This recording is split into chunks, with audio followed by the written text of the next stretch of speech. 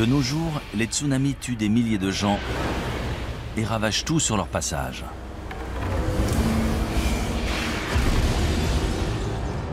Les séismes détruisent des villes entières.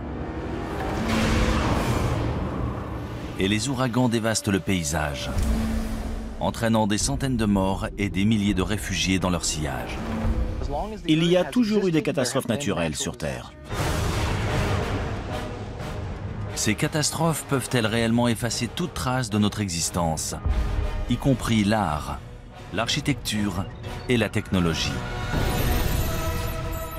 Non seulement c'est possible, mais c'est ce qui se produit inlassablement.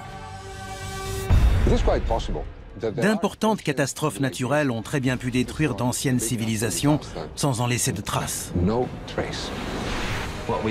On pensait avoir évolué naturellement du statut de chasseur-cueilleur vers des sociétés plus complexes, mais ce n'est pas si évident que ça. Récemment, des scientifiques ont trouvé des traces de cultures antiques prospères, des milliers d'années plus anciennes qu'on aurait pu l'imaginer. Que leur est-il arrivé? Comment ont-elles disparu? Et est-ce que cela pourrait se reproduire? Depuis toujours, les éléments imposent leurs lois aux habitants de la Terre. L'humanité est condamnée. Sommes-nous vraiment destinés à disparaître de la surface de la Terre?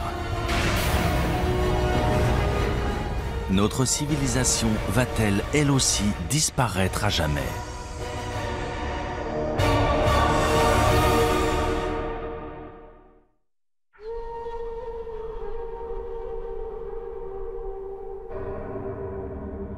Le désert Roub al-Khali en Oman. Ce territoire menaçant et désolé de la péninsule arabique est indiqué sur les cartes sous le nom de quart vide.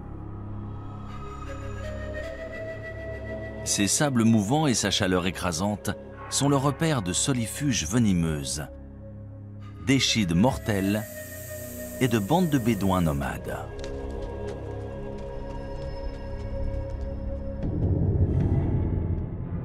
Mais si l'on en croit d'anciennes légendes, cette région était très différente. C'est ici, il y a environ 5000 ans, qu'existait autrefois un royaume mythique appelé Hiram. Connu pour sa richesse et sa splendeur, Dieu l'aurait détruit pour le punir de sa vilainie et de sa corruption. On en parle dans différentes sourates du Coran. Il est dit que le vent s'est mis à souffler et a détruit la ville parce que ses habitants ne voulaient pas suivre la parole de Dieu. Des prophètes sont venus pour essayer de les changer, de les purifier, mais ils ont refusé. Du coup, la ville et sa civilisation ont été détruites.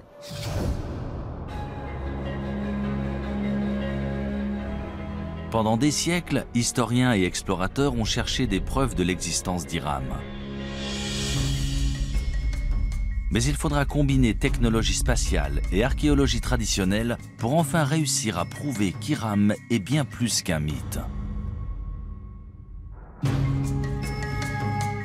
En 1983, Nicholas Clapp, archéologue amateur, adresse une étrange requête à la NASA qui donne lieu à une expédition commune dans la péninsule arabique.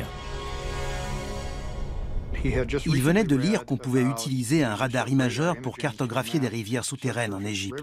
Il se demandait si on pouvait s'en servir pour trouver une cité disparue, en connaissant à peu près sa localisation.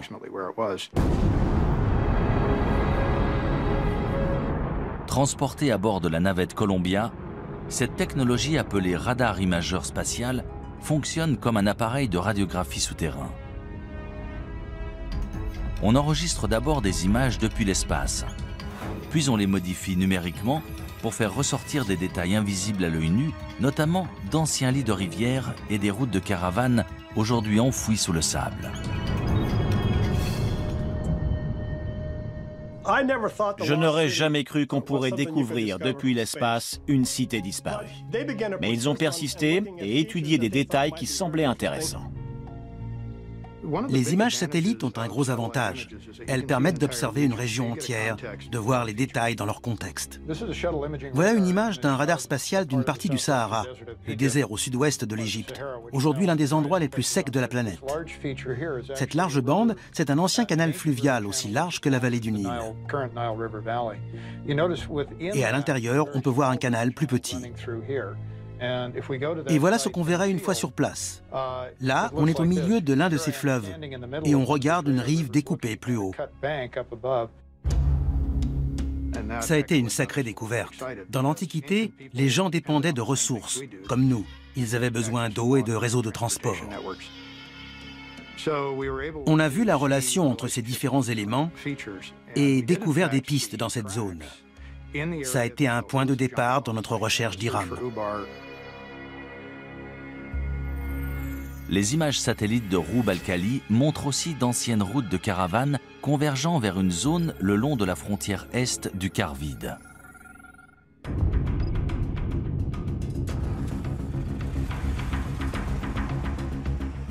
On s'est servi d'un GPS, technologie inconnue du grand public à l'époque, ainsi que du système de navigation de l'hélicoptère.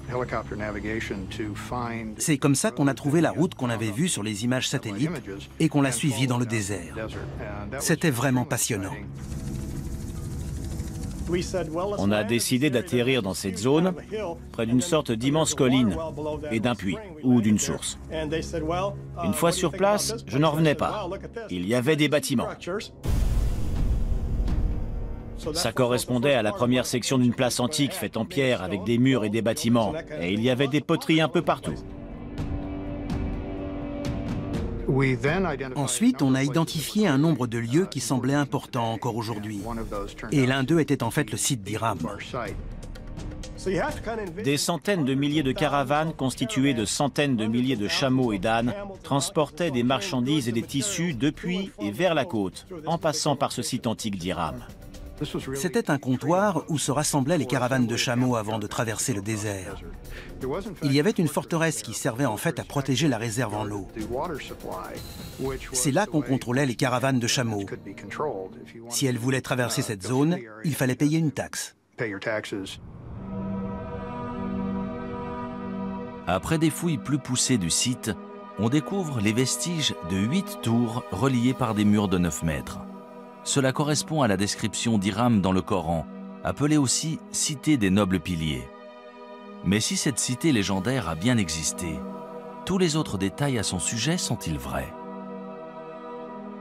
A-t-elle vraiment disparu après avoir été enfouie sous le sable? Selon les scientifiques et géologues, c'est l'érosion d'un aqueduc sous la cité qui aurait entraîné sa disparition.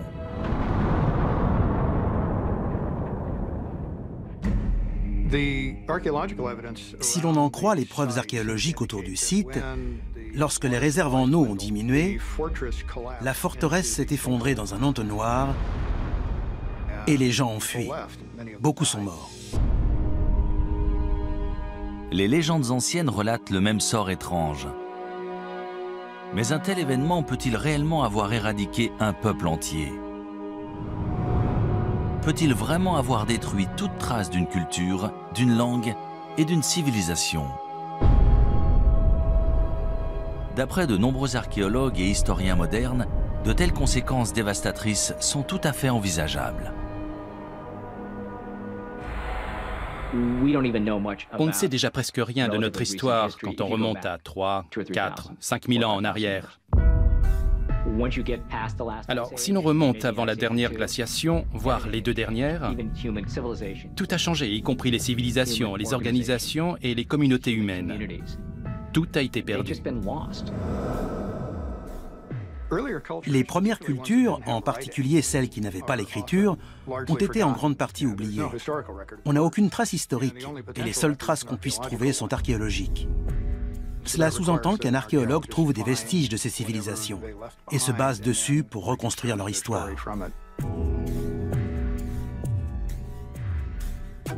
Pendant des décennies, on a supposé que les humains existaient depuis environ 200 000 ans.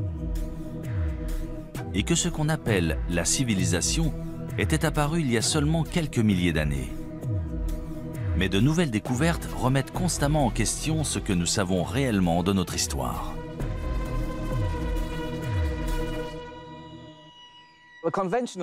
On dit qu'une civilisation naît en même temps que les premières villes et les premiers écrits. C'est ce qui est arrivé entre 3000 et 5000 ans avant Jésus-Christ en Mésopotamie, soit à l'Irak aujourd'hui.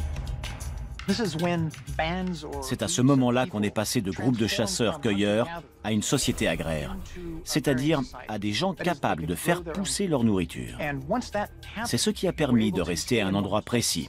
Et c'est avec cette sédentarisation de l'humanité qu'on a commencé à parler du concept de civilisation.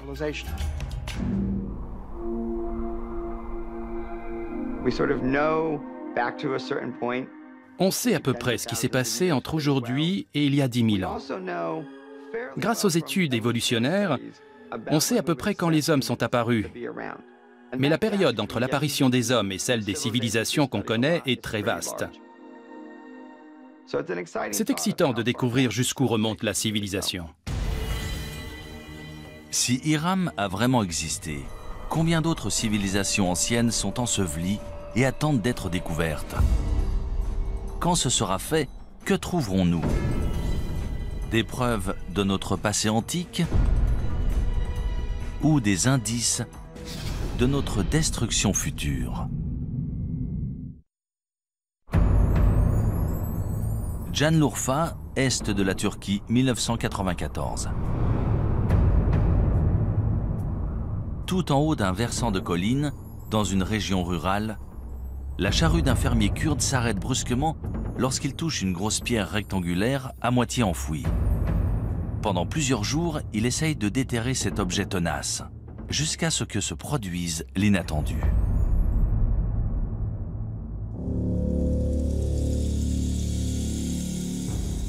Le fermier découvre des traces de formes étranges sculptées dans la pierre. Très vite, sa découverte attire sur le site des équipes d'archéologues venus du monde entier. Après des fouilles minutieuses, on découvre une série d'immenses mégalithes présentant des sculptures d'animaux en relief extrêmement bien conservées. Sangliers, renards, bétail et de nombreux oiseaux, la plupart venant d'autres régions. Ces dessins sont magnifiquement exécutés. Certains lions sont absolument incroyables. C'est un site extraordinaire. Mais ce n'est pas le plus étonnant. On estime que ce site, connu sous le nom de Göbekli Tepe, ou la colline au nombril, aurait 11 000 ans, soit presque 5 000 ans de plus que tous les autres sites comparables.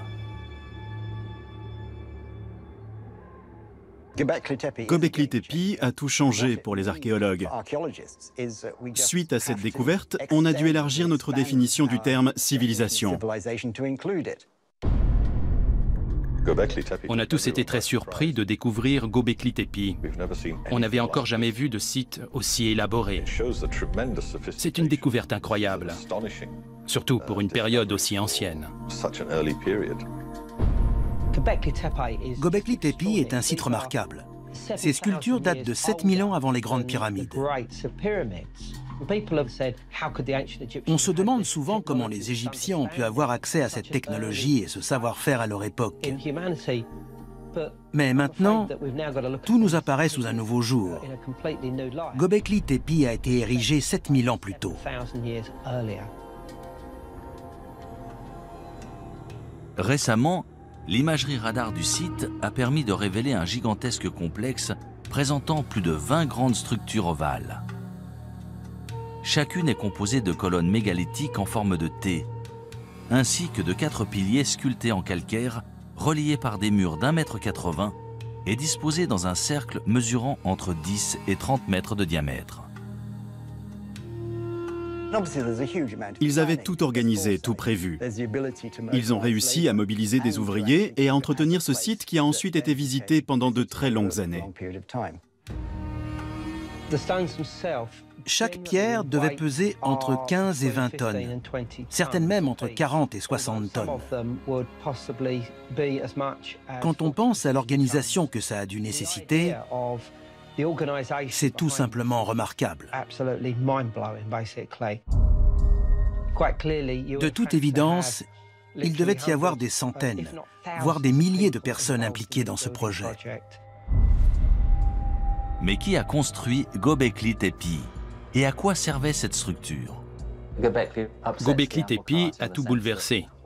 On pensait avoir évolué naturellement du statut de chasseur-cueilleur vers des sociétés plus complexes, mais ce n'est pas si évident que ça. D'après l'archéologue in situ Klaus Schmidt, il s'agit d'un centre régional majeur. Le site est très impressionnant et sur place, on a l'impression d'avoir le monde à ses pieds. Selon certains archéologues, les tribus nomades du néolithique parcouraient de grandes distances pour atteindre Göbekli Tepe et participer à des fêtes rituelles. Selon d'autres, ces ruines seraient celles d'un temple, voire d'un lieu de sacrifice. Ils devaient se rassembler pour une sorte de cérémonie religieuse. Ces ruines sont forcément un sanctuaire ou un centre religieux. Ce ne sont ni des maisons ni des tombes. On dirait un lieu de cérémonie. Selon de nombreux chercheurs, Göbekli Tepe aurait été utilisé pendant presque 2000 ans. Mais 7000 ans avant Jésus-Christ, les cercles de pierre auraient été enfouis et abandonnés intentionnellement. Pourquoi? Pourquoi enterrer cet incroyable complexe composé d'au moins 20 structures différentes, voire plus? D'après moi, quelque chose a changé et ils ont dû partir. Et le meilleur moyen d'abandonner le site, c'était de tout enfouir. On n'abandonne pas tout comme ça. Ces sites sont si importants, si sacrés que lorsqu'on les quitte, on les recouvre pour les protéger. Et ensuite, on reconstruit par-dessus ou à côté. C'est le cas ici. On a la preuve qu'ils ont recouvert intentionnellement ces temples avant d'en bâtir un autre ailleurs. Ce n'est pas si simple. Il faut remettre ça en contexte. C'était la toute fin de la dernière période glaciaire, une ère de grands changements. On a des preuves qu'une catastrophe a eu lieu à cette époque sur le continent américain, probablement suite à l'impact d'une comète ou d'un astéroïde. On en a trouvé des preuves un peu partout dans le monde. C'est à cette époque que Göbekli Tepe a été construit. On aimerait savoir pourquoi. A priori, il s'est passé quelque chose qui les a poussés à le faire. Une catastrophe planétaire suite à l'impact d'une comète ou d'un astéroïde? Est-ce cela qui aurait forcé les habitants de Göbekli Tepe à abandonner ce site? Ou est-ce en réponse à cette catastrophe que le site a été bâti comme temple et lieu de recueillement?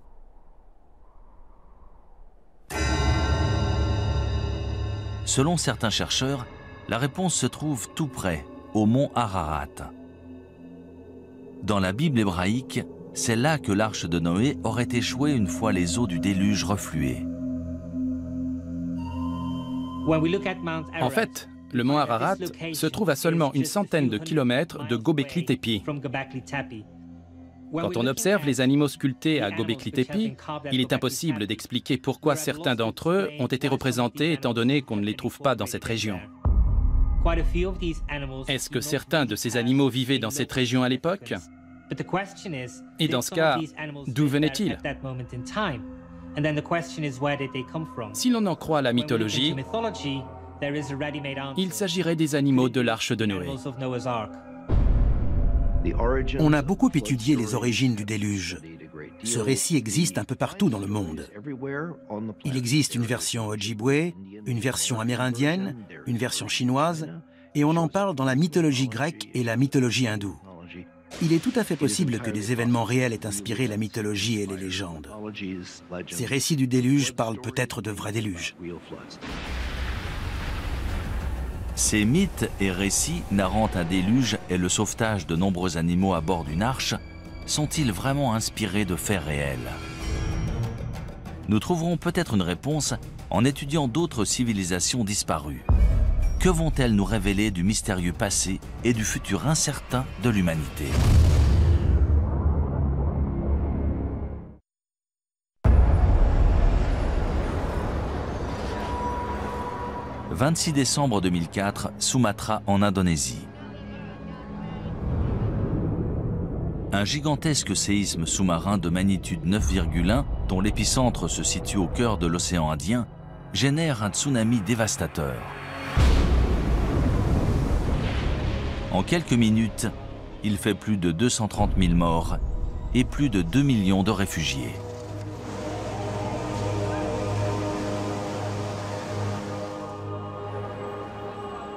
Sept ans plus tard, le 11 mars 2011, un séisme de magnitude 9 fait trembler le nord-est du Japon. C'est le plus puissant séisme qu'ait jamais subi l'île.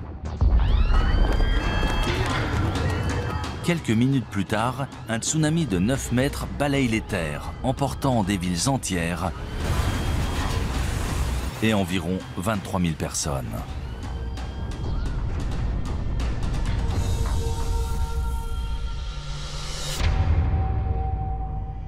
Si des villes modernes conçues en prévision de telles catastrophes peuvent être emportées en quelques minutes, c'est peut-être ce qui est arrivé à de nombreuses civilisations antiques, aujourd'hui disparues. Il y a toujours eu des catastrophes naturelles sur Terre. Tsunamis, séismes, éruptions volcaniques, et cela bien avant qu'il y ait des hommes pour en faire le récit. On sait que les volcans ont fait des ravages parmi les civilisations. Pompéi en est l'exemple parfait. Le Vésuve est entré en éruption et une région entière a été figée dans le temps et détruite.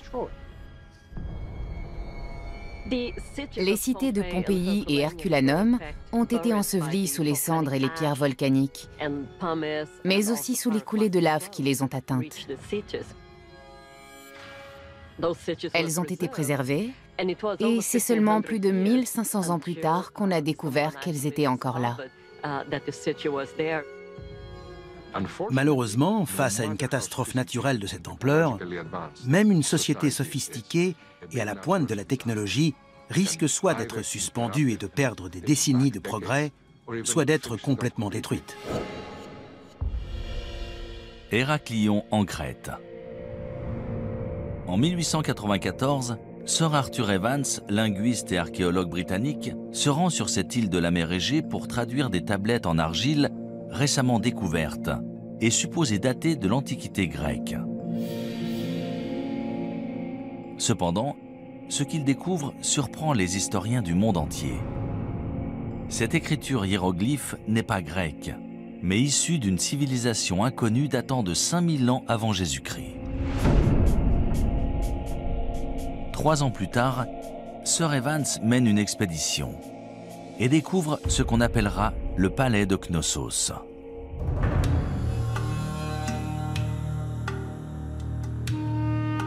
D'après les archéologues, l'imposante structure contenait autrefois des pièces richement décorées, de l'eau courante, chaude et froide, et même des toilettes en intérieur.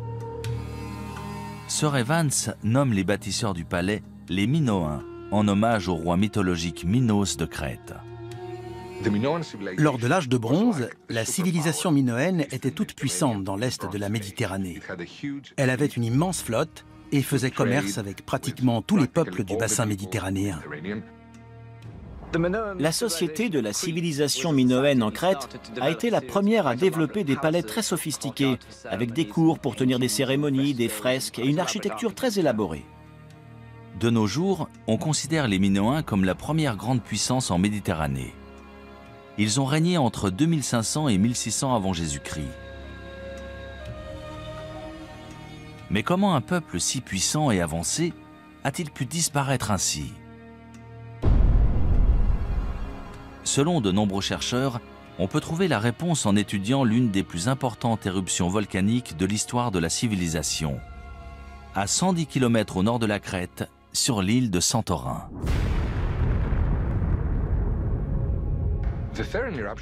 L'éruption de Santorin s'est déroulée en 2 ou 3 phases sur plusieurs jours, voire plusieurs semaines. On pense que les habitants de l'île ont détecté des signes qui les ont avertis, vu qu'on n'a pas trouvé de squelette à Santorin, contrairement à Pompéi. Les habitants de Santorin ont eu le temps de s'enfuir. En revanche, les habitants de Crète ne s'attendaient pas à ce que l'éruption ait de telles conséquences chez eux.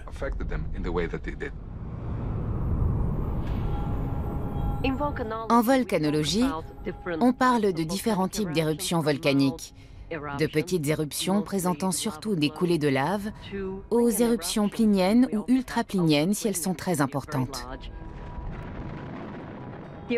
Celle de Santorin était une éruption plinienne, peut-être même ultraplinienne. Elle était très explosive, à tel point qu'elle a détruit une majorité de l'île.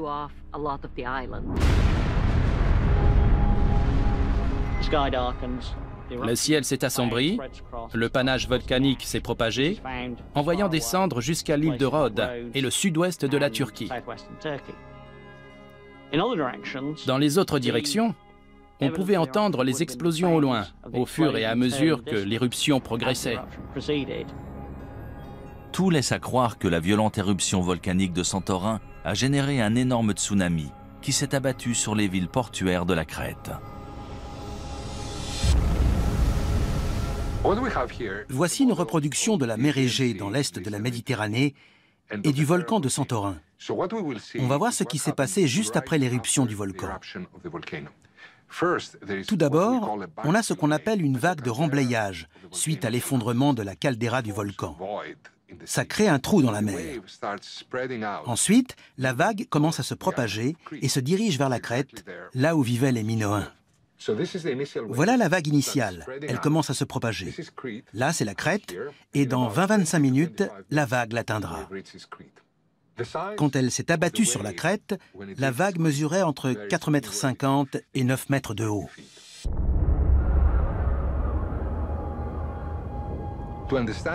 Pour comprendre ce qu'ont vécu les Minoens à l'époque, on peut observer ce qui s'est passé au Japon en mars 2011. C'est un énorme tsunami dont l'impact sur notre société se ressent encore chaque jour. Les Japonais ont réussi à se relever, mais ils n'étaient pas seuls. Le monde entier les a soutenus. Les Minoens, eux, n'avaient personne vers qui se tourner.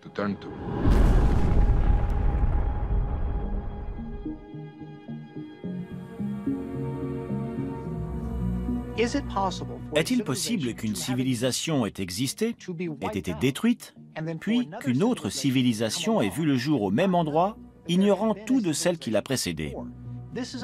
C'est une théorie fascinante qui entraîne bien des hypothèses. Du coup, de nombreuses personnes se demandent s'il n'y a pas eu une civilisation sur Terre bien avant toutes celles déjà connues, mais dont on ne saurait absolument rien. Si un volcan actif peut vraiment détruire toute trace d'une civilisation passée, une activité volcanique similaire pourrait-elle représenter la même menace encore aujourd'hui?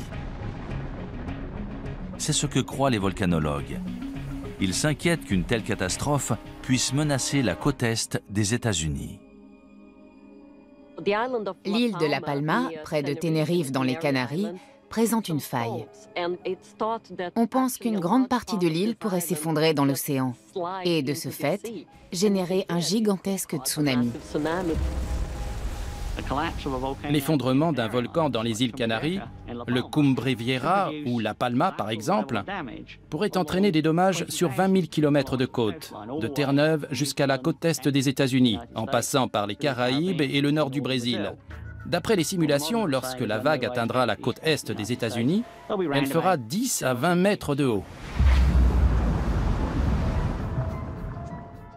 C'est à peu près la taille de la vague qui s'est abattue sur Sumatra après le séisme de 2004 et de celle qui s'est abattue sur le Japon après le séisme de 2011. Une catastrophe naturelle de type éruption volcanique, séisme ou tsunami, peut-elle réellement détruire toute trace d'une civilisation? Au point de bouleverser l'histoire de l'humanité pour les siècles à venir. La réponse se trouve peut-être dans un ancien cimetière rempli d'or. dans une ville côtière sur la mer Noire.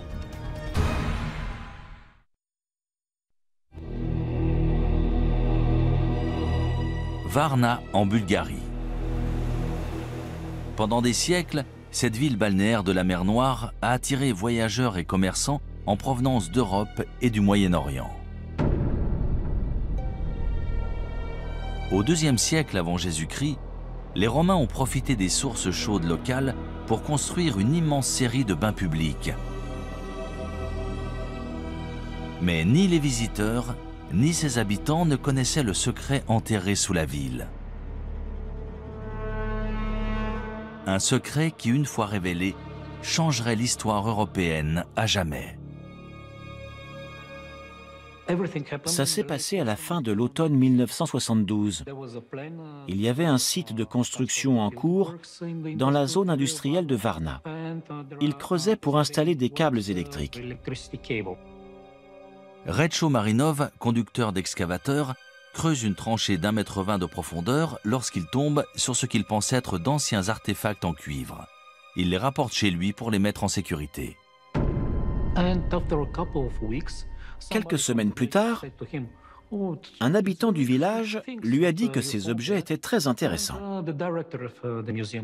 Le directeur du musée de Dalgopol est venu chez lui, et lorsqu'il a vu tous ces objets, il n'en croyait pas ses yeux. Le lendemain, des archéologues du musée de Varna, parmi lesquels Alexander Minchev, retournent sur le site de construction et sont stupéfaits de leur découverte.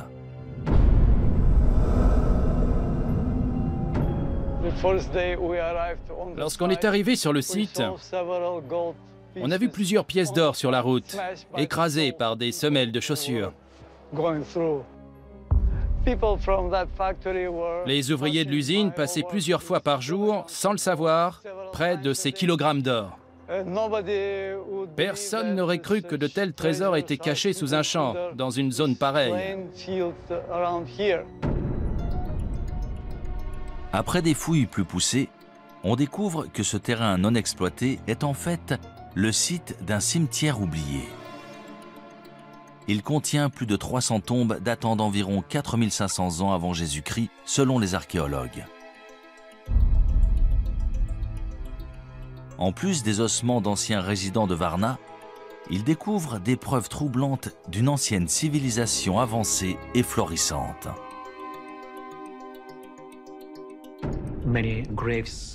On a trouvé de nombreuses tombes avec des ossements humains. Les corps étaient dans différentes positions, principalement avec la tête orientée vers le nord-nord-est. Et ils étaient enterrés avec leurs ornements et leurs armes. Il existe un tas de ces objets extraordinaires, mais les trouver tous ensemble, dans un seul cimetière, c'est la preuve qu'il s'est passé quelque chose de très important dans la région de Varna.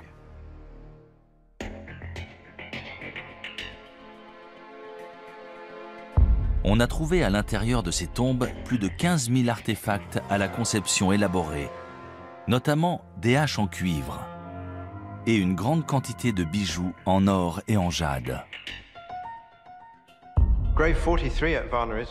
La tombe 43 de Varna est très spéciale. C'est l'une des plus abondantes.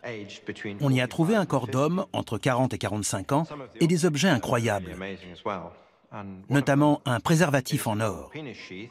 C'était un symbole de puissance sexuelle, de pouvoir du mâle et de fertilité. D'un côté, on a ce préservatif, et de l'autre, une masse en or qui est un symbole politique. On n'avait encore jamais vu nulle part ailleurs cette combinaison de symbolisme politique et sexuel. L'or, c'est un signe de statut. C'est un matériau très rare, qui brille et ne se ternit pas, qui est durable. C'est pour ça qu'il est signe de haut rang social et qu'on l'exhibe. Les archéologues ont trouvé des objets en or dans de nombreuses tombes, la majorité concentrée seulement dans une poignée d'entre elles. Suite à la découverte inattendue de Varna, les historiens ont découvert les premiers Européens sous un nouveau jour. Dans les peuplements que l'on connaît, qui datent de 1000 à 2000 ans avant Varna, On a trouvé des objets, souvent très beaux, mais rarement liés au rang social. Il n'y avait pas autant de différence entre les familles. Ici, sur 300 tombes, il y en a 8 incroyablement riches. C'est une concentration importante.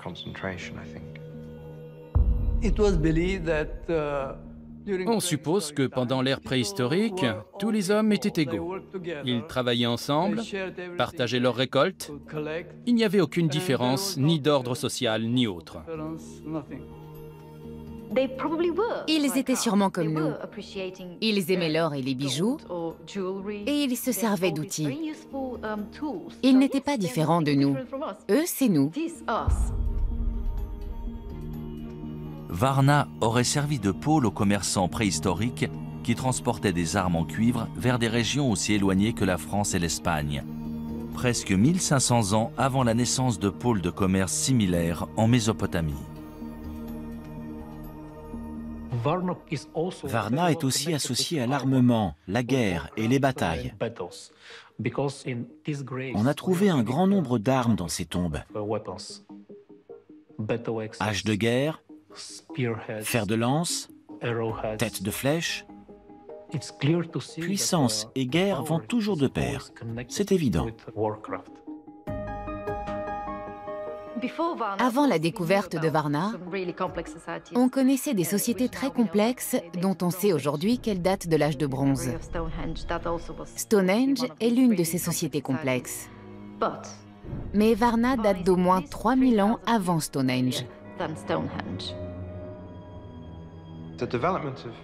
La civilisation a mis énormément de temps à se développer. On pensait avoir trouvé tous les marqueurs en Égypte, en Mésopotamie et en Crète. Mais Varna existait bien avant cela. L'aube de la civilisation européenne a commencé ici, sur ce site. Et pendant des milliers d'années sous ce sol, l'histoire a conservé ses secrets. Je n'arrive pas à imaginer ce qui serait arrivé si on n'avait pas trouvé Varna, si tous ces objets étaient encore sous nos pieds. Pourtant, un mystère subsiste. Comment la population de Varna a-t-elle disparu vers 4100 avant Jésus-Christ? On a la preuve qu'à la fin du 5e millénaire, probablement vers l'an 4200 avant Jésus-Christ, il y a eu un important changement climatique. Le niveau de l'eau a augmenté et les températures sont devenues plus élevées. De ce fait, les conditions agricoles se sont détériorées. Est-ce qu'un changement climatique, sûrement à l'origine de sécheresses et de famines, pourrait avoir causé la disparition de Varna? Récemment, des fouilles archéologiques au Moyen-Orient nous ont fourni de nouvelles informations. D'après de nombreux archéologues et spécialistes, ces découvertes vont nous permettre de résoudre le mystère entourant la disparition de Varna et d'autres cités disparues. Mais d'autres se basent sur des preuves différentes, plus incroyables encore. Celles des catastrophes naturelles et des cataclysmes de proportions mondiales, voire nucléaires. Des preuves qui impliquent que le temps nous est compté.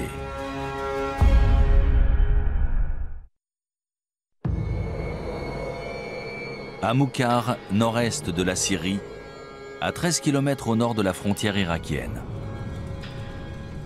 Au début de l'année 2000, une équipe d'archéologues de l'Institut oriental de Chicago fait une étonnante annonce. Ils ont découvert les ruines d'une civilisation inconnue datant de plus de 6000 ans. Les fouilles ont révélé une cité autrefois florissante appelée Amoukhar, remplie de ce qui semble être des maisons luxueuses, des boutiques prospères et des bâtiments officiels. C'est un site énorme, d'environ 1 km², qui a la capacité d'accueillir entre 10 000 et 20 000 personnes, l'équivalent d'une grande ville. C'était une cité florissante, il devait avoir l'écriture. On n'a pu déterrer qu'une infime partie des bâtiments publics, mais ils étaient entourés d'un vaste mur et de grandes portes. On doit encore mettre à jour certains éléments de cette civilisation toujours enfouie sous un village moderne. Grâce à la découverte d'Amukar, on s'est rendu compte que notre notion d'une cité, c'est-à-dire des divisions du travail avec des lois, un système légal, des structures gouvernementales et une expression artistique, existait peut-être bien avant qu'on ne le croyait. La découverte inattendue d'Amukar a chamboulé ce que les spécialistes avaient établi. Pour eux, la première cité antique était apparue dans le sud de la Mésopotamie, à 650 km à l'est dans l'Irak actuel. Mais si Amukar était bien une vaste cité prospère, pourquoi a-t-elle disparu si soudainement? Vers 3500 avant Jésus-Christ, il y a eu un drame. De toute évidence, ils ont été attaqués. Pendant cette attaque, le peuple d'Amukar a été vaincu. La cité a été détruite et ils n'ont jamais pu reconstruire plus qu'un petit village. La cité ne s'est jamais remise de cette attaque. Une partie de ce peuple du 4e millénaire avant Jésus-Christ a été décimée. Lors du dernier décompte, on avait une douzaine de squelettes. Mais d'après ce que je sais, certains corps n'ont pas été enterrés dans les règles. Qu'une guerre ait détruit ce site, ça me semble plutôt convaincant.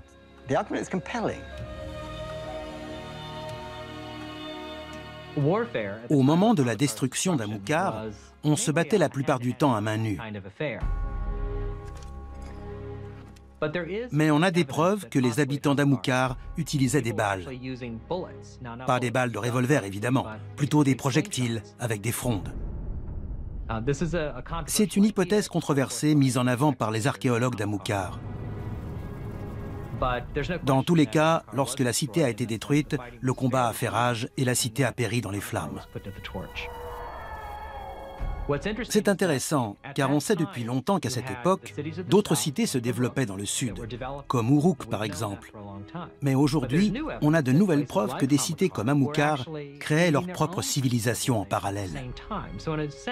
Avec une telle dynamique nord contre sud, la destruction d'Amukar a pu sonner le glas de ces peuples du nord qui essayaient de créer leur propre mode de vie. Ils ont fini par être vaincus par les peuples du sud, ce qui a bouleversé le cours de l'histoire. À des centaines de kilomètres à l'ouest d'Amukar se trouvent les ruines d'un autre peuplement antique, Caramel. En 2007, des archéologues qui déterraient des tombes anciennes in situ ont découvert les fondements de 5 larges tours en pierre de 4,50 m de diamètre et d'environ 6 mètres de haut chacune. Elles auraient au moins 10 000 ans. Ces ruines sont situées dans le nord de la Syrie, pas très loin de Göbekli Tepe. De toute évidence, il s'agit de la même culture. Nous ignorons pourquoi ce site a été construit. Tout laisse à penser qu'il s'agissait de défense. Il devait sûrement faire face à des prédateurs, animaux ou humains. À quoi servaient ces tours? Est-ce qu'elles faisaient partie d'une forteresse? S'agissait-il de tours de guet ou avaient-elles une autre utilité? Honnêtement, on n'en sait rien. Caramel, dans le nord-ouest de la Syrie, est un site important. C'est la toute première preuve de structure permanente en pierre, datant de 2000 ans avant ce que l'on pensait être la structure permanente la plus ancienne dans la cité de Jéricho. Avec la découverte de Caramel, on a abandonné l'idée que l'évolution depuis le néolithique a été un processus unique. Je peux vous nommer de nombreux autres sites où l'on a trouvé des cultures locales distinctes, chacune très élaborée, mais différentes les unes des autres. Il n'y a pas eu un seul grand développement. Il y en a eu tout un tas, certains plus réussis que d'autres. Pour la plupart des spécialistes, Caramel et Amukar ont été détruites par des armées venues du sud de la Mésopotamie. Dans l'Antiquité, il y avait énormément de conflits. Je ne parle pas de guerre mesquine et irréfléchie. Il s'agissait d'agrandir des cités, de s'approprier plus de territoires et de subordonner plus de villes pour taxer plus de résidents. Ces guerres territoriales sont-elles la seule cause de la destruction de ces grandes cités antiques? Depuis peu, une autre théorie infiniment plus hasardeuse a vu le jour. Caramel et Amilcar ont peut-être été victimes d'une étrange et spontanée explosion nucléaire. En 1972, des scientifiques du Gabon en Afrique découvrent des traces d'un événement nucléaire au cœur d'une mine d'uranium. On sait que les réacteurs nucléaires génèrent des déchets. En mesurant la quantité, on peut dire de quand ils datent. Et c'est comme ça qu'on a découvert qu'ils remontaient à 2 milliards d'années. Il y a un réacteur nucléaire dans le Soleil, à l'origine de toute vie. Mais pourrait-il y en avoir un sur Terre? Après tout, dans les années 50, on se demandait s'il était possible de créer un réacteur nucléaire naturel dans l'écorce ou le noyau terrestre. L'uranium-235 est notre principale source de réacteurs à fission nucléaire. C'est assez commun, plus que l'or. Sur l'échelle des larges éléments qui peuvent se diviser, celui-ci est relativement courant et peut être extrait. Pour créer une réaction nucléaire, il faut surtout 2 choses. Un uranium suffisamment dense et de quoi ralentir les neutrons. Le mieux pour ralentir des neutrons et obtenir une réaction en chaîne, c'est l'eau. Et dans cette zone d'Afrique de l'Ouest, il y avait la parfaite combinaison avec juste ce qu'il faut d'eau et d'uranium suffisamment dense pour obtenir un réacteur nucléaire. Avec un réacteur naturel, on peut engendrer une catastrophe de l'ordre de celle de Tchernobyl. 1 degré de radiation qui pourrait affecter la santé des gens. Si de l'uranium venait à alimenter un réacteur nucléaire naturel, cela engendrerait une fission nucléaire, et c'est ce qu'on veut éviter à tout prix. Dans tous les cas, ça serait sous terre. Ça aurait les mêmes effets qu'un volcan. Donc, ce serait bien une catastrophe naturelle. Selon certains scientifiques, une telle explosion nucléaire aurait balayé toute vie à des centaines, voire des milliers de kilomètres autour du site du dépôt d'uranium. Si cela s'est produit en Afrique de l'Ouest, pourquoi pas ailleurs? Peut-être même à Amilcar. Quand on sait que c'est arrivé à un endroit précis il y a environ 2 milliards d'années, on se dit qu'il y a forcément d'autres endroits, en particulier sous terre, où l'on n'a pas bien cherché. À mon avis, peu de gens croient que ces civilisations ont disparu suite à d'importantes catastrophes naturelles. Combien ont disparu il y a 20 ou 30 000 ans et dont on ignore encore tout? On ne se concentre que sur les civilisations des 5000 dernières années. On ne sait rien au-delà de l'histoire chinoise ou égyptienne.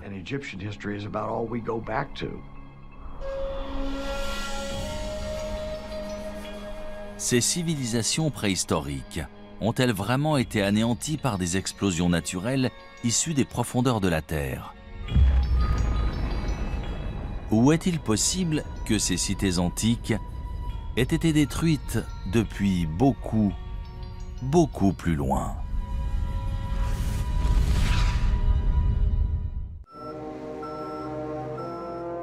« 21 décembre 1968. Mission Apollo 8 de la NASA.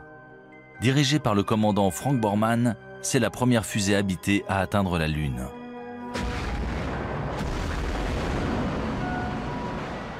Après avoir tourné 10 fois en orbite autour de la Lune, les astronautes capturent parmi les plus belles images de sa surface. Sur ces photographies, on voit la Lune jalonnée de milliers de larges cratères. Certains y voient la preuve qu'elle a été le site d'une activité volcanique virulente. Mais d'après des preuves récentes, ces nombreux cratères seraient le résultat d'un incident plus sérieux. D'énormes impacts d'astéroïdes. Des astéroïdes qui ont peut-être aussi bombardé la Terre.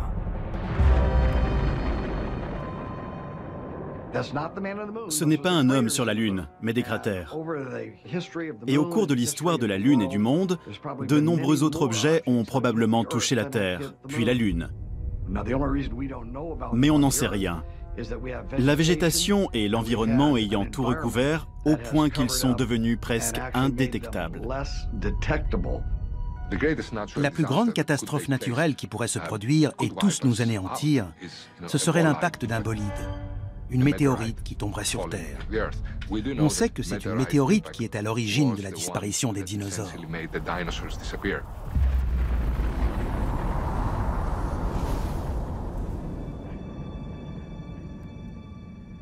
Nous voici au bord du météore cratère, site célèbre d'un impact de météorite dans le nord de l'Arizona.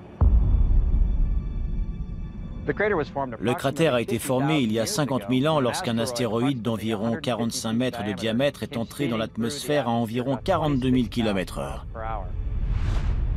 Il a frappé le sol avec une force équivalente à celle de 1000 bombes atomiques.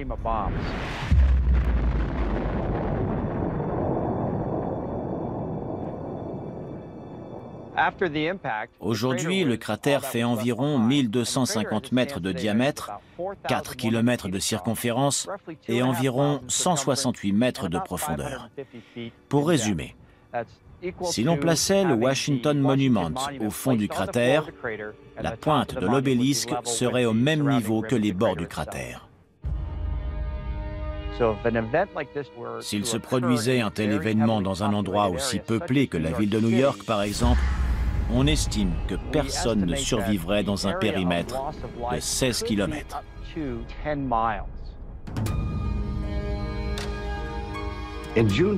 En juin 2002, il s'est produit un événement qui aurait dû tirer la sonnette d'alarme. Un astéroïde de la taille d'un terrain de football est passé entre la Terre et la Lune, à un tiers de la distance qui nous sépare de la Lune. Il a fallu qu'il nous dépasse pour qu'on sache qu'il était là. S'il avait atterri dans le Pacifique, il aurait pu balayer le sud de la Californie avec un tsunami. Un objet d'un incroyable pouvoir destructeur a frôlé la Terre et on ne s'en est rendu compte qu'après son passage. On ne peut pas laisser ce type de menace passer inaperçue à l'avenir. En 2005, la NASA a commencé à suivre les plus gros astéroïdes connus risquant de heurter la Terre. C'est ce qu'on appelle des objets géocroiseurs. Un objet géocroiseur est soit une comète, soit un astéroïde progressant dans l'espace proche de la Terre.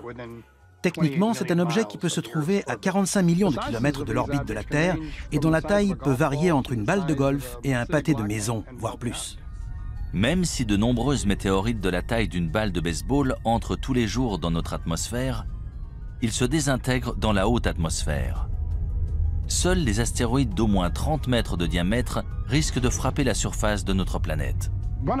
Le dernier astéroïde le plus dévastateur a frappé la Terre le 30 juin 1908 au-dessus de la rivière Tunguska, en Sibérie russe.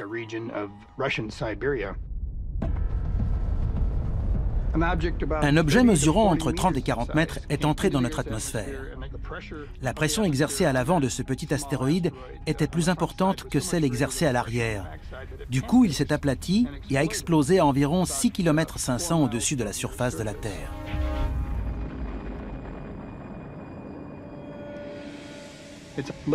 Des arbres sont tombés sur 2000 km². C'est une région inhabitée. Il n'y a donc pas eu de blessés, mais des rennes sont morts, des arbres se sont renversés et il y a eu de nombreux dégâts. On parle d'environ 5 mégatonnes d'énergie, soit 385 fois l'énergie générée par la bombe d'Hiroshima à la fin de la Seconde Guerre mondiale.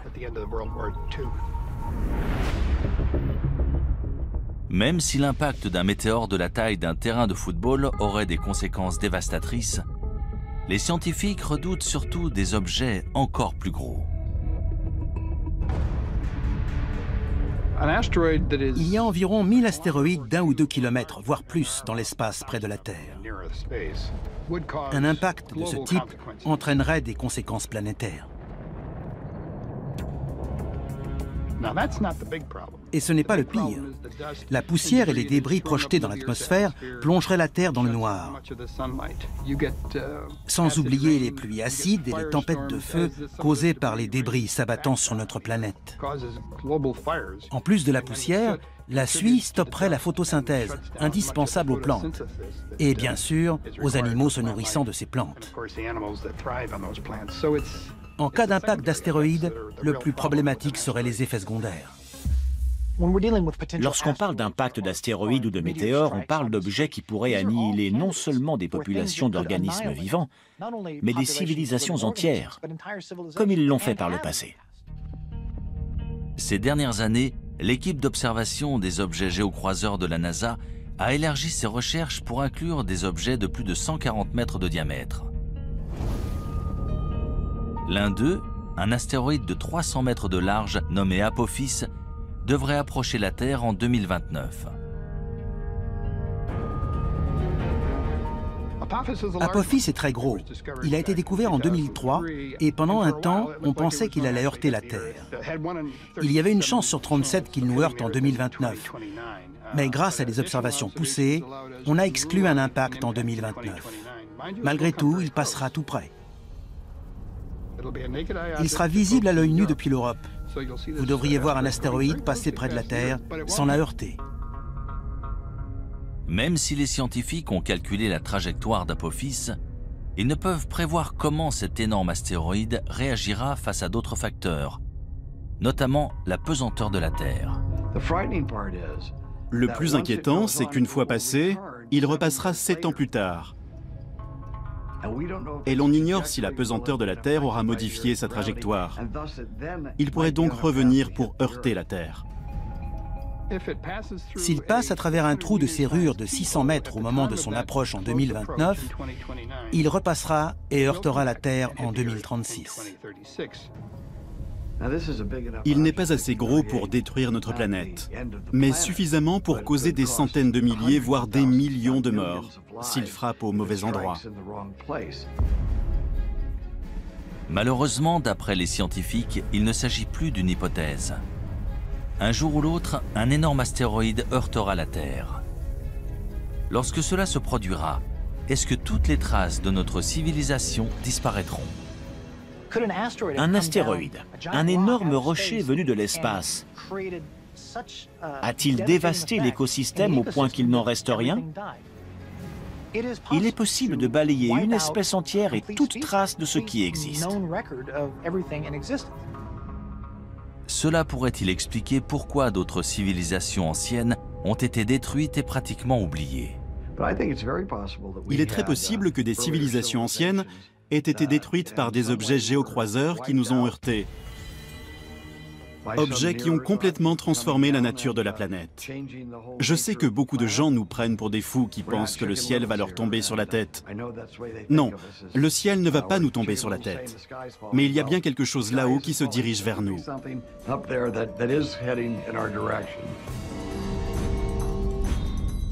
Si un météore heurte la Terre de notre vivant, que pourrons-nous entreprendre pour minimiser ces ravages? Sommes-nous suffisamment préparés pour ne pas perdre les siècles d'avancées technologiques dont l'humanité peut se vanter? Ou sommes-nous plus vulnérables que nous ne le pensons?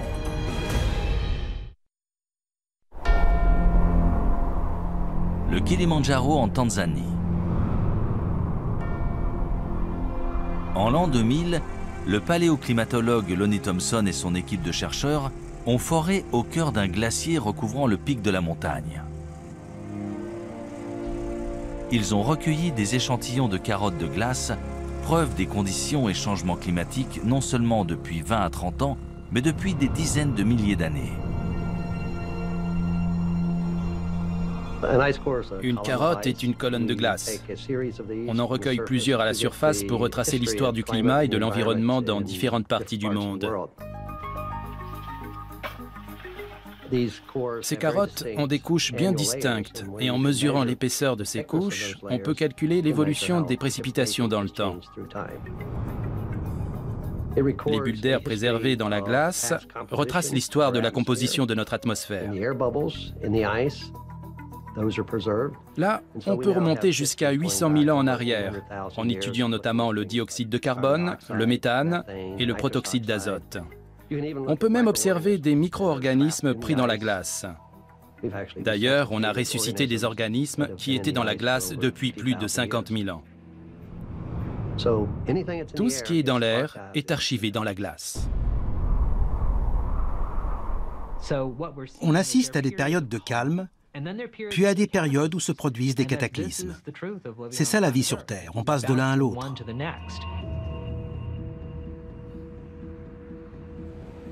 Stockées dans ces immenses congélateurs à l'Université d'État de l'Ohio, voici les carottes de glace que Lonnie Thompson a recueillies dans des glaciers du monde entier. On en a recueilli plus de 7000 mètres. C'est la seule collection tropicale de carottes de glace au monde. Certaines viennent du Kilimandjaro et d'autres de l'archipel François-Joseph à l'extrême nord de la Russie. On a toute une collection provenant de l'Himalaya et du Tibet. La plus ancienne carotte jamais forée dans une région montagneuse vient de l'ouest de la Chine et date d'il y a plus de 750 000 ans. Les carottes de glace sur ce rayonnage proviennent du plateau de Bruce, dans la péninsule antarctique. Elles ont été forées cette année et seront découpées et étudiées dans le laboratoire. D'après une étude récente de ces échantillons, un événement climatique radical s'est produit sur Terre il y a environ 5200 ans.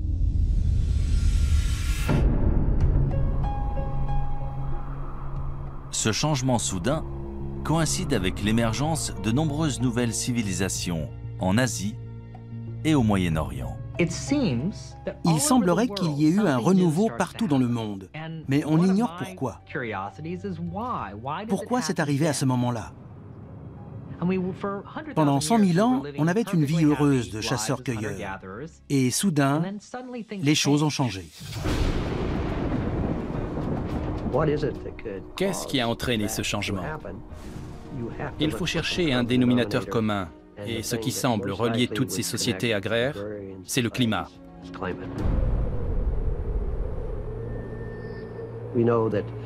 On sait qu'à cette époque, le désert du Sahara s'est asséché. Il y a 4 ou 5 000 ans, il y avait des lacs et des gens vivaient dans ce désert. On a retrouvé des fresques sur des rochers. Si l'on en croit ces nombreuses preuves, il s'est produit un événement dramatique à cette époque. Si une catastrophe mondiale s'est bien produite, quelle en a été l'origine? Une sécheresse planétaire? Un météore qui aurait heurté la Terre et déposé suffisamment de poussière pour nous plonger dans le noir? Ou s'agirait-il d'une éruption volcanique? Les éruptions volcaniques sont essentielles pour une planète. C'est comme ça qu'elle perd sa chaleur primordiale. Ça fait des milliards d'années qu'il y a des éruptions volcaniques sur Terre. L'existence des hommes ne représente qu'une fraction de ce temps. Il y avait des éruptions volcaniques bien avant eux, et il y en aura bien après eux. Sans elles, la Terre ne serait pas ce qu'elle est aujourd'hui. On compte de nombreux volcans actifs à travers le monde, la plupart trop petits pour détruire la Terre à l'échelle mondiale. C'est sans compter sur un supervolcan. Il y a des volcans qu'on considère comme normaux. Ils rejettent une certaine quantité de lave et d'énergie et génèrent une explosion d'une certaine taille. Si la lave et les gaz d'un volcan sont particulièrement bien enfermés, la pression sera d'autant plus forte et l'explosion d'autant plus massive. Et c'est ce qu'on appelle un supervolcan. Certains volcans génèrent des éruptions très importantes. En général, ce sont les volcans autour de la ceinture de feu, ceux qui présentent des caldeiras, notamment en Nouvelle-Zélande, en Papouasie-Nouvelle-Guinée ou même en Alaska. Les scientifiques ont identifié au moins 7 supervolcans dans le monde. Le plus grand se trouve sous le parc national de Yellowstone dans le Wyoming.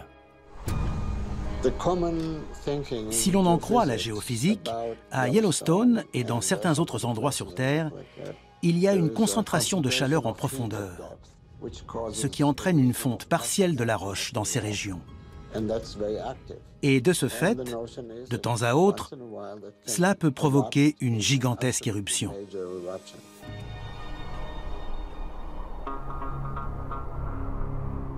D'après les scientifiques, la plus récente éruption à Yellowstone s'est produite il y a environ 600 000 ans. On ignore quand Yellowstone entrera de nouveau en éruption. On n'a aucun moyen de le savoir. Quand on prédit le temps ou un événement géologique, il y a toujours une marge d'erreur. On ne peut jamais savoir quand ça va précisément arriver. Yellowstone est un volcan relativement jeune. Il est entré en éruption pour la première fois il y a 2,5 millions d'années.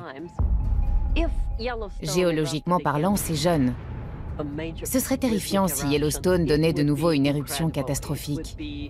Ce serait du jamais vu. À côté, une éruption du mont St. Helens, c'est ridicule. Cela entraînerait un changement climatique sur toute la planète. La température moyenne de la Terre chuterait et l'ouest des États-Unis serait ravagé. Tout serait recouvert de cendres. Il n'y aurait plus d'agriculture. Et ça durerait un moment.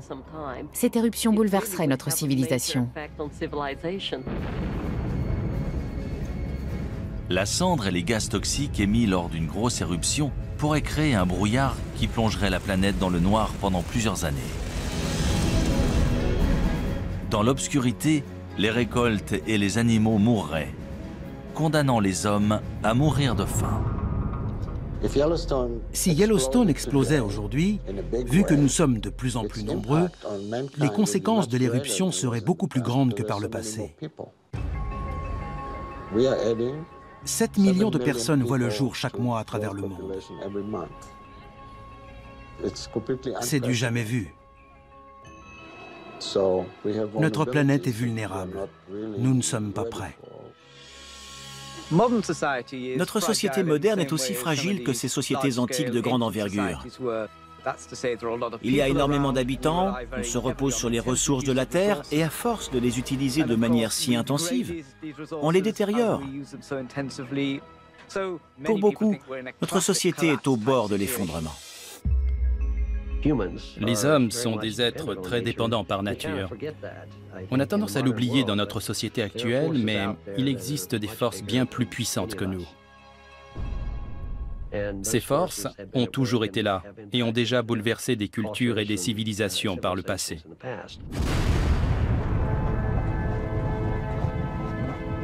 Ce genre de catastrophe planétaire semble tout droit sorti d'un film de science-fiction. Pourtant, de nombreux gouvernements et entreprises se préparent à un tel événement. Malheureusement, une question subsiste. Leur plan fonctionnera-t-il ?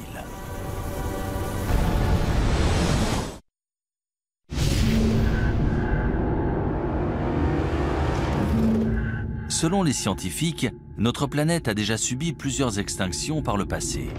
Suite à ces événements, le nombre de plantes et d'animaux s'est vu réduit à quelques spécimens.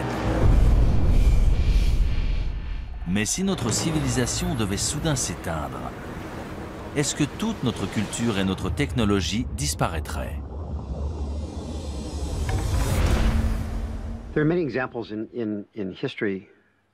Ce ne serait pas la première fois qu'un peuple perd ses technologies et son savoir-faire.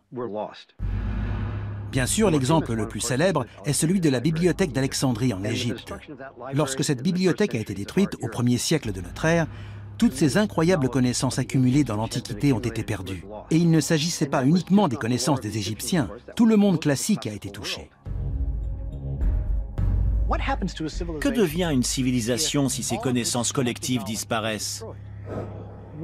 On ne saura jamais ce que notre civilisation aurait pu être si la bibliothèque d'Alexandrie n'avait pas été détruite. Les Égyptiens avaient un savoir incroyable, en particulier dans le domaine médical, et nous l'avons perdu. Est-ce qu'on en a recouvré ou redécouvert la majorité ? Sûrement. Mais notre société serait-elle encore plus avancée si nous n'avions pas perdu ces connaissances, si nous n'avions pas dû attendre de les redécouvrir ? Bien sûr, il est possible que certaines idées et connaissances de ces sociétés antiques aient été perdues pour toujours. On ne le saura jamais vu qu'on n'a aucun moyen d'en être sûr.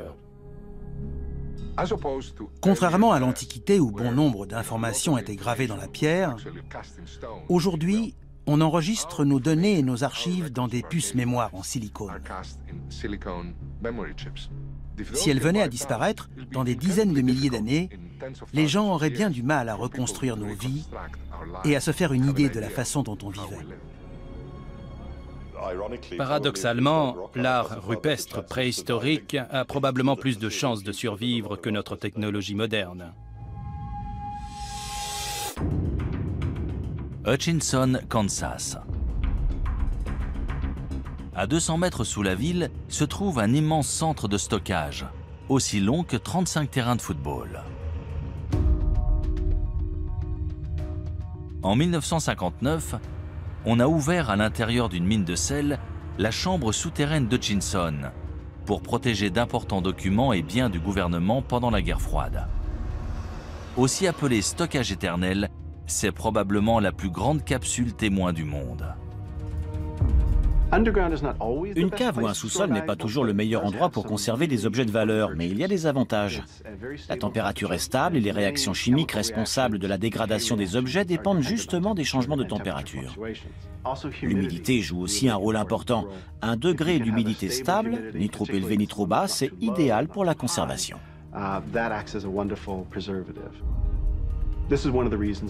C'est l'une des raisons pour laquelle les musées ont toujours une température et un degré d'humidité stable.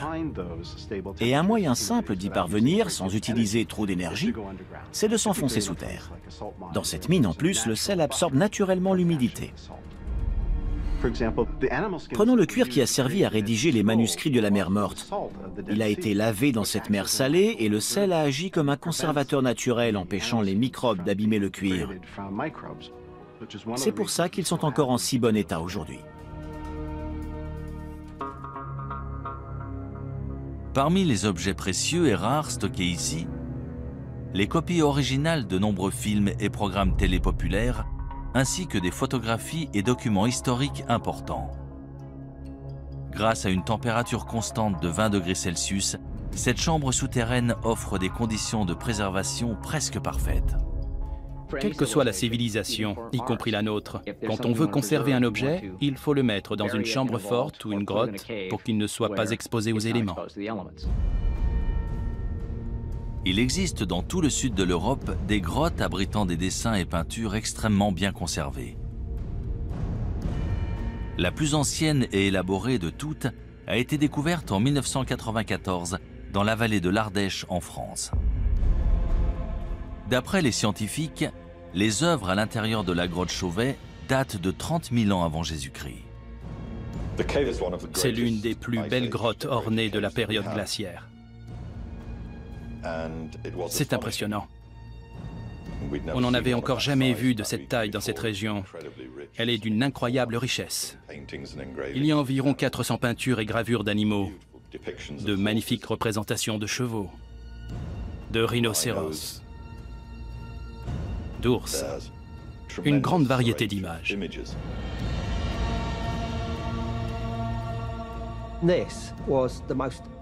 Ces représentations d'animaux sont tout simplement remarquables.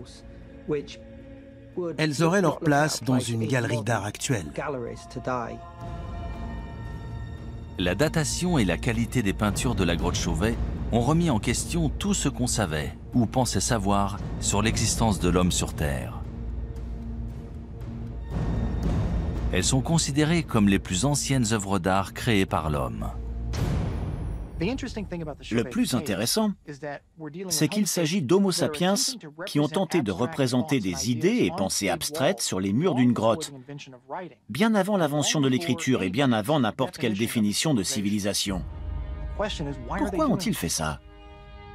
Ces artistes antiques ont-ils créé leur art sur des murs de pierre au cœur des grottes pour le protéger des générations futures? Dans 30 000 ans, les seules traces de notre existence seront-elles stockées en sécurité sous la terre? Tout ce qu'on sculpte dans la pierre, au bon endroit, peut potentiellement être conservé des milliers, voire des millions d'années, en particulier si ça se trouve sous la terre.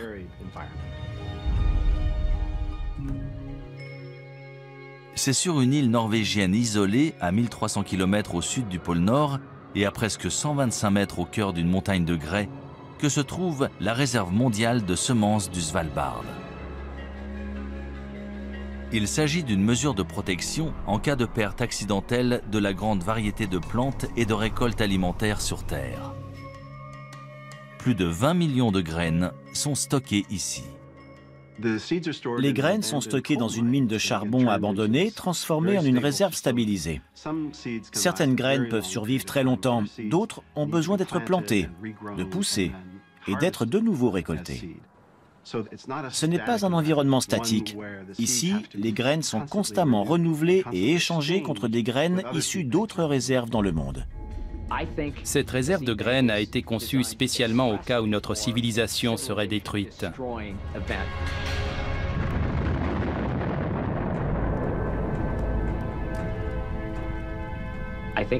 C'est un moyen de s'assurer que s'il reste des survivants, ils pourront reconstruire notre société. Et ils y arriveront d'autant mieux avec ces graines.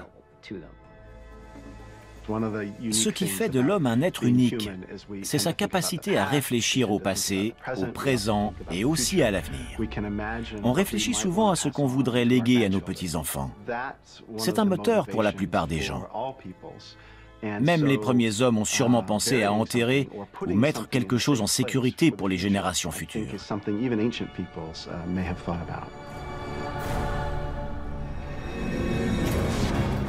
Si des civilisations anciennes ont délibérément conservé des preuves de leurs connaissances et technologies avancées dans des grottes ou structures souterraines, ces trésors cachés pourront-ils nous aider à savoir qui nous sommes et d'où nous venons?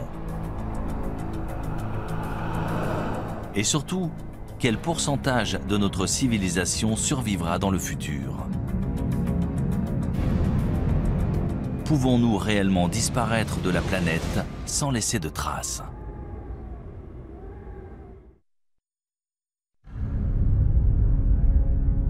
D'après les scientifiques, la planète Terre s'est formée il y a environ 4,5 milliards d'années. Pourtant, selon de nombreux spécialistes, l'humanité n'existe que depuis 200 000 ans. Pourrait-il se tromper? Des civilisations humaines ont-elles existé sur Terre il y a des centaines de millions d'années avant de disparaître sous la surface de notre planète sans laisser de traces? C'est probablement le cas, vu que la préhistoire humaine se mesure en millions d'années et que la civilisation, elle, se mesure en dizaines de milliers d'années. Il y a un trou, peut-être un type de civilisation qui nous a échappé. Tout semble indiquer que certaines civilisations très anciennes ont simplement disparu sans laisser de traces. 1 million d'années, même 100 millions d'années pour nous, c'est seulement une fraction de la durée de vie de la Terre. Il y a 100 millions d'années, des dinosaures vivaient sur Terre. Et si d'autres formes de vie existaient avant eux, il y a 1 milliard d'années? On n'a aucun moyen de le savoir et donc aucun moyen de dire « non, ça n'est jamais arrivé ».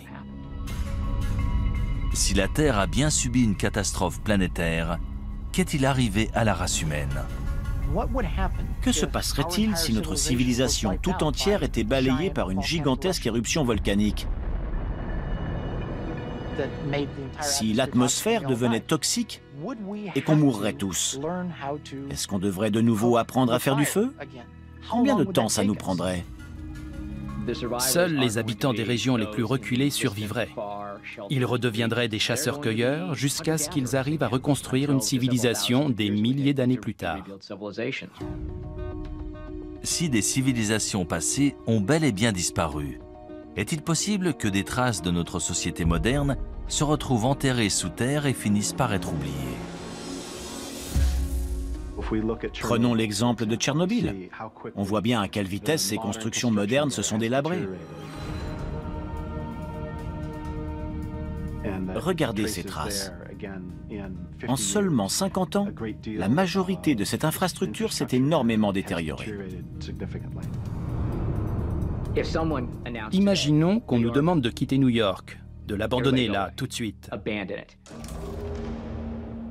Dans 1000 ans, elle serait ensevelie sous des débris, sous l'eau. La plupart des bâtiments se seraient effondrés depuis longtemps. Allons encore plus loin, disons dans 10 000 ans. Je doute que quelqu'un arrive à reconnaître quoi que ce soit. Il faudrait vraiment savoir ce qu'on cherche pour le trouver. Parmi les rares vestiges de la technologie humaine, il restera peut-être l'un de ces résidus les plus dangereux, les déchets nucléaires. Le plus dangereux dans ces déchets, c'est la radiation. L'avantage avec les matériaux radioactifs, c'est qu'ils se désintègrent et disparaissent naturellement. L'inconvénient, c'est que pour la plupart, ça prend des milliers ou des dizaines de milliers, voire des millions d'années. Il faut absolument concevoir une zone de stockage sûre qui les contiendra pendant très longtemps. Le traitement des déchets radioactifs issus de la création d'armes et de l'énergie nucléaire est sujet à controverse. On doit bien s'en débarrasser quelque part sur Terre. On a donc prévu de les enterrer profondément dans le sol. C'est la solution géologique au problème des déchets nucléaires. Le département de l'énergie des États-Unis a engagé une équipe de spécialistes qui étudie des sites de traitement des déchets nucléaires aux côtés d'ingénieurs. Ils espèrent concevoir un signe d'avertissement universel que les prochaines générations pourront comprendre pendant au moins 10 000 ans. Ils doivent imaginer tout un concept pour prévenir les gens et les avertir du danger. Il faut concevoir une tradition qui sera perpétuée et transmise de génération en génération, et maintenir cet avertissement pour protéger les gens des déchets nucléaires. Le concept envisagé présente un immense terrassement pour entourer le site entier. Une fois terminé, la berme mesurera 10 mètres de haut et 30 mètres de large. Le projet comprend également une série de balises en granit mesurant chacune 7,50 m de haut et ornées d'avertissements gravés dans différentes langues. Cet ensemble de signes d'avertissement énigmatiques peut-il être efficace? Ou sera-t-il aussi mystérieux et indéchiffrable que les sculptures de Göbekli Tepe ou les mégalithes de Stonehenge? On ne va pas dessiner une tête de mort dessus. Ce sera absolument pas parlant dans 500 ans. Quelle sorte de phrase peut-on écrire? Ne creusez pas ou faites demi-tour? C'est très compliqué. Dans la longue histoire de notre planète, l'activité humaine représente moins de 1% de ces 4,5 milliards d'années de vie. Mais sommes-nous simplement des grains de sable, des résidents temporaires voués à être oubliés d'ici 100 000 ans ou même moins? Je pense que les êtres humains seraient capables de s'exterminer. On pourrait détruire la race humaine, mais on ne peut pas détruire la Terre. Elle était là bien avant nous et elle sera toujours là bien après nous. Si chaque trace de notre civilisation peut être détruite aussi facilement, comment les historiens peuvent-ils être sûrs que tout ce que nous vivons ne s'est pas produit auparavant?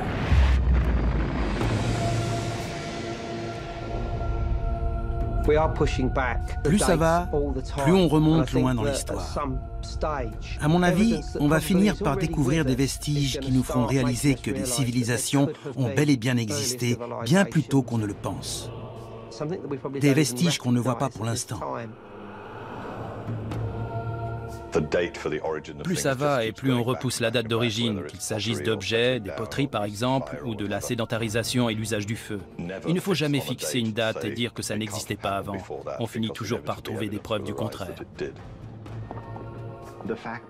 Les civilisations ont sûrement évolué plus d'une fois. Elles ont été détruites par un événement, puis sont réapparues, et ça, c'est une leçon pour nous aujourd'hui. N'importe quel spécialiste vous le dira. Plus on a d'informations, plus on se rend compte qu'on ne sait rien de notre monde.